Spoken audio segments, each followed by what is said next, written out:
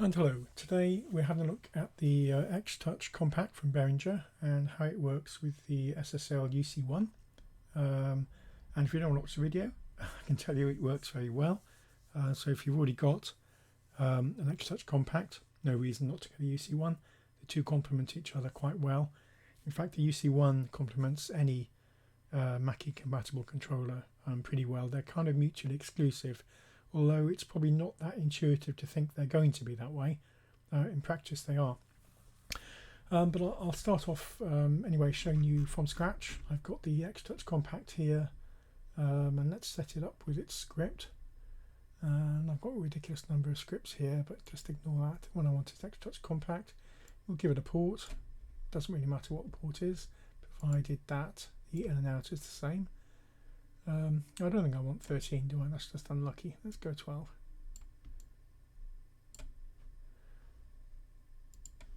Okay.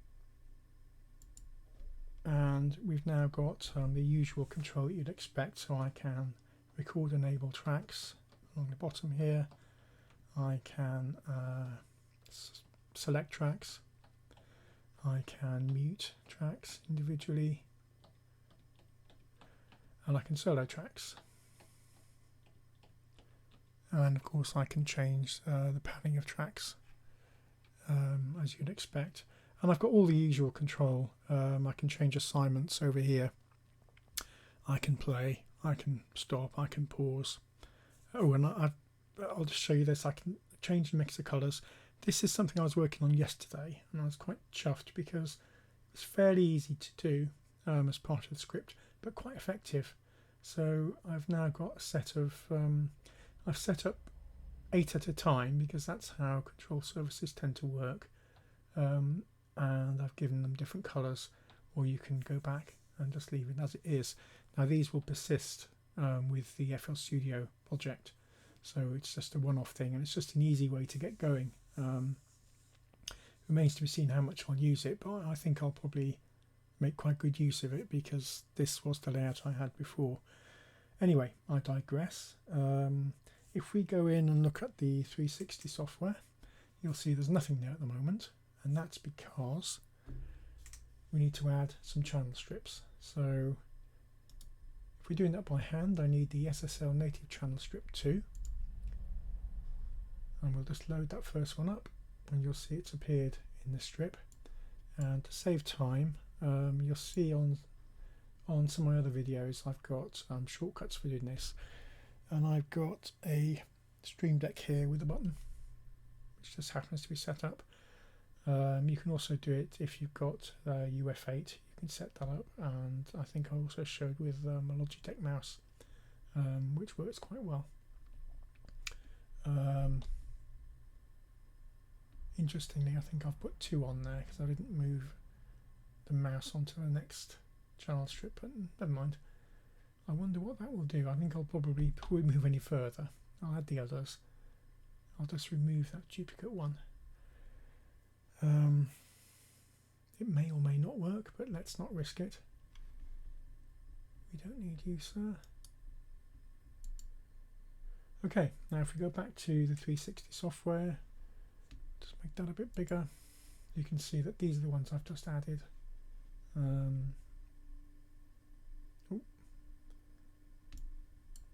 Let's go across to the start here. Now, what can I show you in terms of functionality? I've currently got track 16, so let's go down here where you can see what I'm doing. So insert 4. Now, if you are sharp-eyed, you'll see that it says insert 4 here, and as far as FL Studio naming is concerned, it's named that insert 4, and it's named insert 4 on the LCD on the UF8. Gives it a number of 5. They're 1 out, and unfortunately that's just down to the way FL Studio has numbering for the master track and the current track. So you're always 1 out on the, as far as the numbering is concerned, but the naming is spot on. And indeed, if I go pop back into FL Studio, and we'll rename one of these. So these are all the default names. Let's rename that and call it, I don't know, what track are we on? Was it track 3?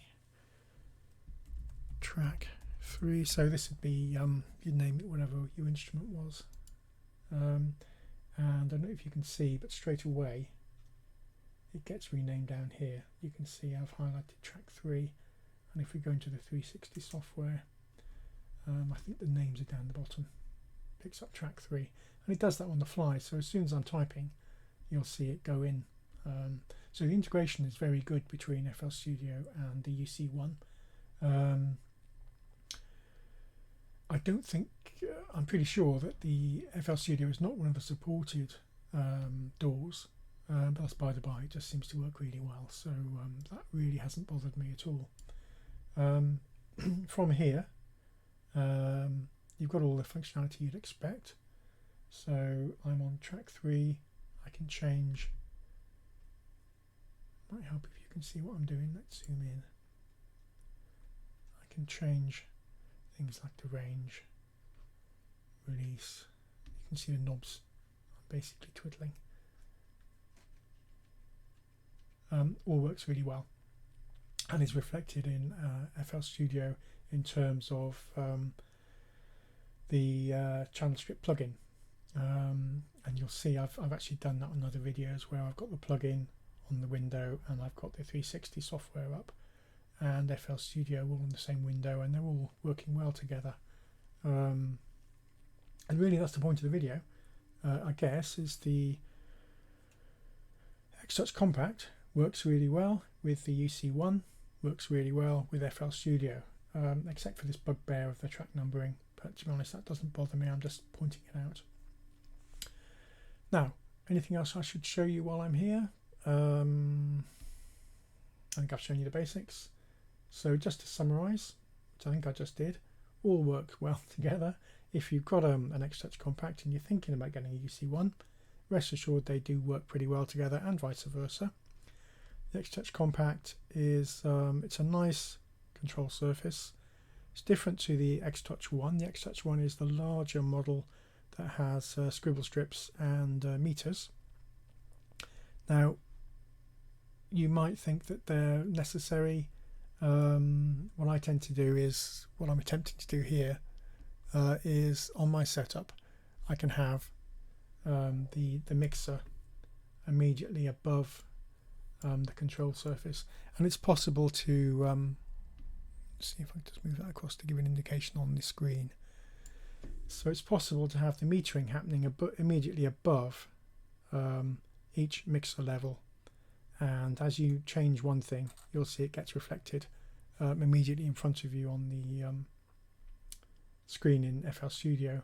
And if you're playing a track, you can use the LCDs or the equivalent of LCDs, the metering on FL Studio. You don't actually need to have it on your control surface. So not trying to detract from the X-Touch One. The X-Touch One is a nice DAW controller and does a little bit, well, does it do a little bit more?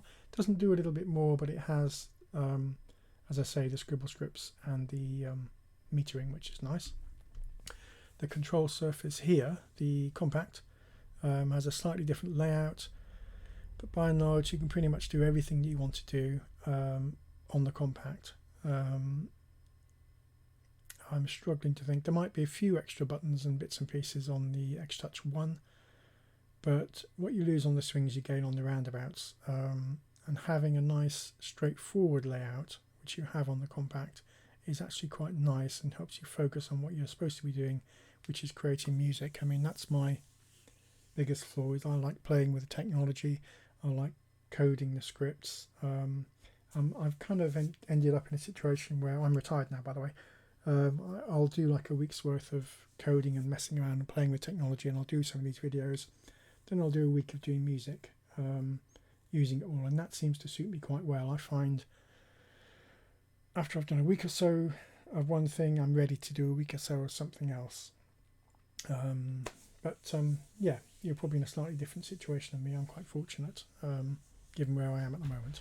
Anyway, thanks very much for your time. That's all I'm going to show you today. My wife's just come in, so I'll say cheerio. Thanks very much.